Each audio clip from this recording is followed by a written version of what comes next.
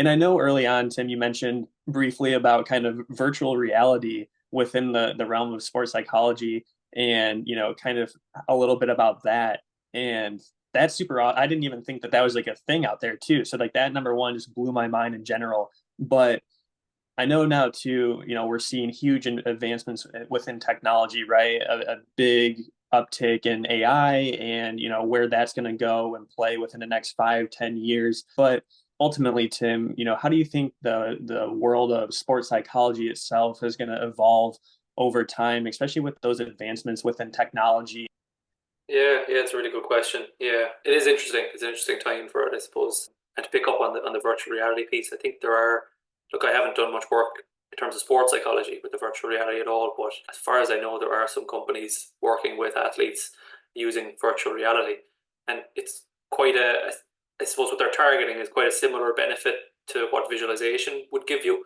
It's probably allowing players to get more reps in certain situations, teach them cognitive skills. If you look at a quarterback in American football, be able to, spot a runner, spot defenders where they are, read a situation.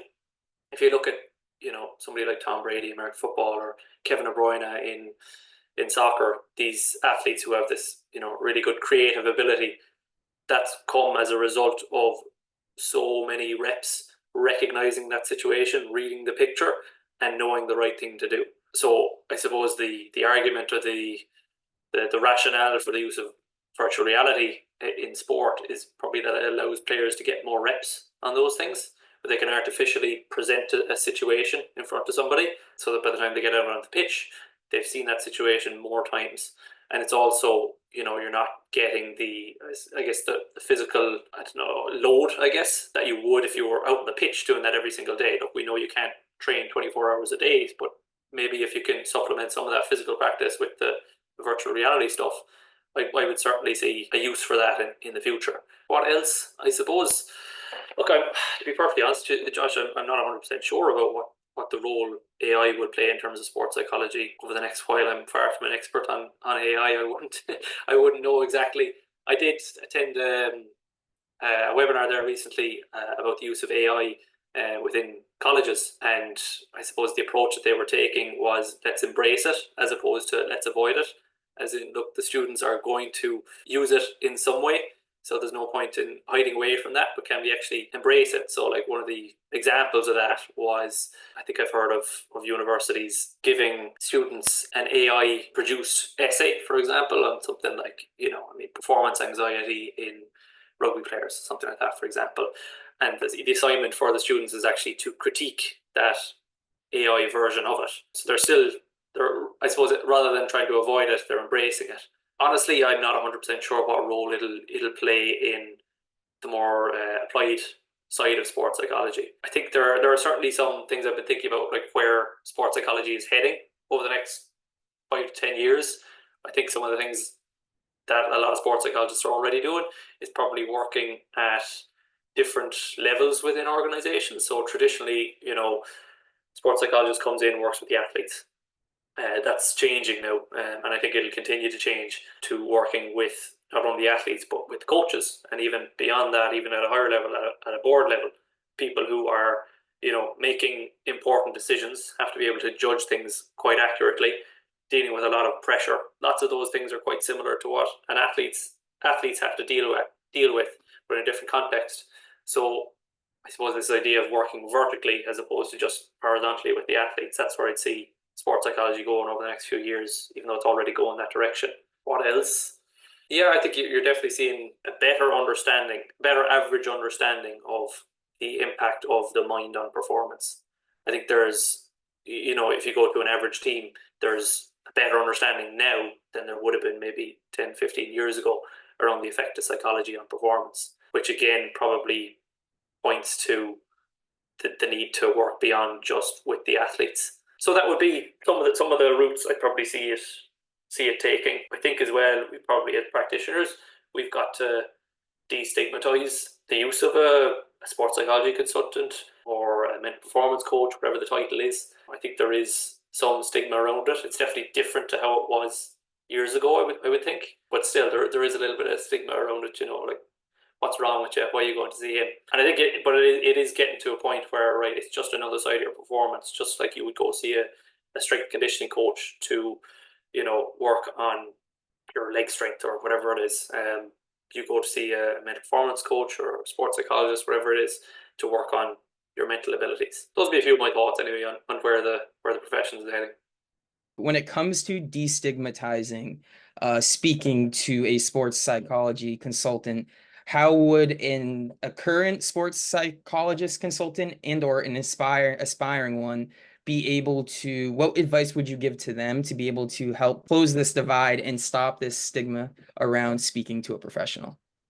Yeah, I think there's a huge amount of the responsibility is on us to reduce that stigma. I think a big part of it is being able to translate research and theory into practice. So, in college, we learn about all these theories, these different pieces of research. And I suppose you learn early on if you're standing up in front of a team and just presenting the research but not actually applying it to them and making it digestible, if you like, it's not going to hit home. So I think that's probably a big part of it in how we destigmatize it, make it actually accessible to people. Even creating stuff on social media, Instagram, Facebook, whatever it is, breaking something down, so it's not just heavy research and theory all the time, and it's something that people are more interested in and understand a bit more easily. At least that would be my approach anyway. As we wrap up here and kind of, transition on to kind of the last question here. I know early on you were kind of reflecting upon your journey into sports psychology and everything that entailed. What's been that advice that's kind of helped you out and kind of taken you to that next level? Yeah. There's lots of pieces of advice I could talk about. I suppose bits and pieces I've received, and probably first and foremost is hone your craft, if you like.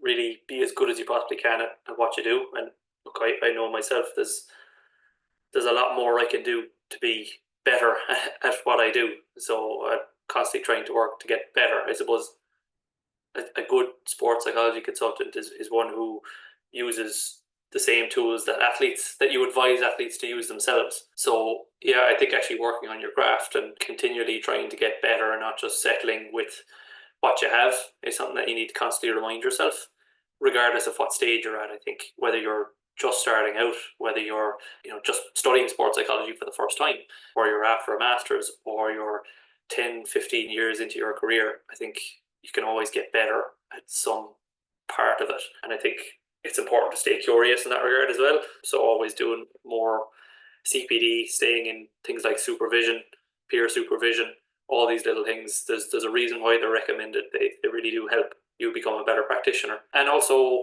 I suppose, use your network. That's probably a really, really good tool, I suppose, not only to develop as a sports psychologist, but also, to develop your business. I think like I'm really lucky with the people around me, and so much of my work has come through people who I know, and then passing on my details to somebody else. So I always say as well, your best form of marketing is doing a really good job with the person you're working with, because if you do a really good job with the person you're working with, they will tell somebody else, and they'll tell somebody else, and then word spreads from there, I suppose. So those would probably be the two main pieces I would probably give. Hone your craft, be as good as you possibly can be at your discipline, and then secondly, use your network, use the people around you. But ultimately, with that being said, Tim, I've thoroughly enjoyed our conversation today.